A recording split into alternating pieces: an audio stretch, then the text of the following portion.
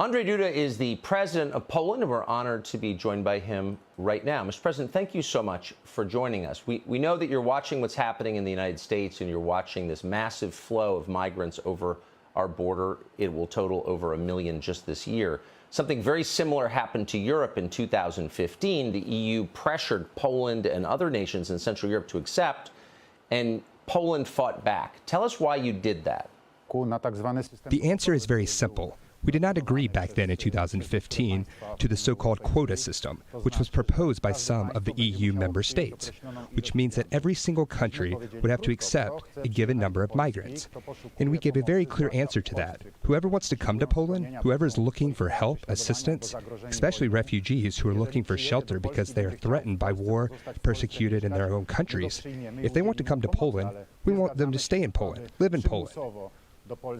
Well, to accept such a person and to help them, we did not agree to relocate Poland people by force. We do not agree to keep these people in prison. If these people did not want to stay in Poland, they would want to leave. And we're not going to make anybody stay. We're not going to keep anybody against their will.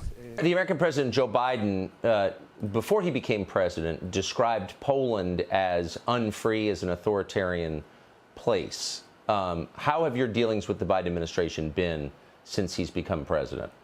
What you just said is indeed a very regrettable thing, because there are a lot of lies spread about Poland. And the first and foremost, what some representatives of the Polish opposition are saying about the current Polish government is totally untrue. And the best proof of that is in the fact that the incumbent government has won the election. They won the election back in 2019.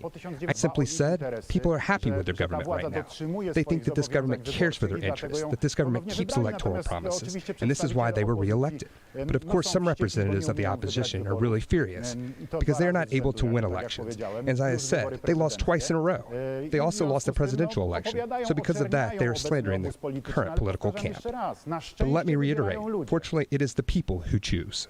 Finally, let me ask you about Poland's family policy.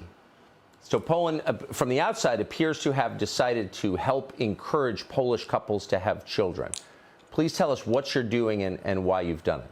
The Constitution stipulates that marriage, it says a union of a man and a woman and family are protected by the government in a special way. So the first time since 1989, we have embarked upon a very resolute and vast pro-family action. And when I was running for president back in 2015, I also made a pledge, and I said that we would start a pro-family policy. We actually announced myself during the campaign, and later I was joined by my colleagues who were also running for the parliamentary election. So we pledged that we would introduce a program by the name of 500 Plus. It is a welfare program for families in its initial version.